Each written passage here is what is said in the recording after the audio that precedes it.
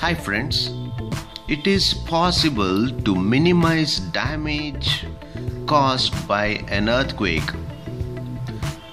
The people living in the earthquake-prone areas should be aware of precautionary measures before and after the earthquake.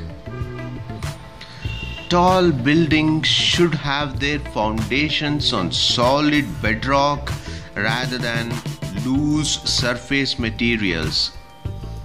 Steel frames in bridges and buildings should be made with shock-absorbing materials. Houses should not be built of wood which easily catches fire. That's all for today, friends. Eat good food, exercise daily, meditate, work hard. Take good care of yourself and people around you, and please pray for world peace. Bye.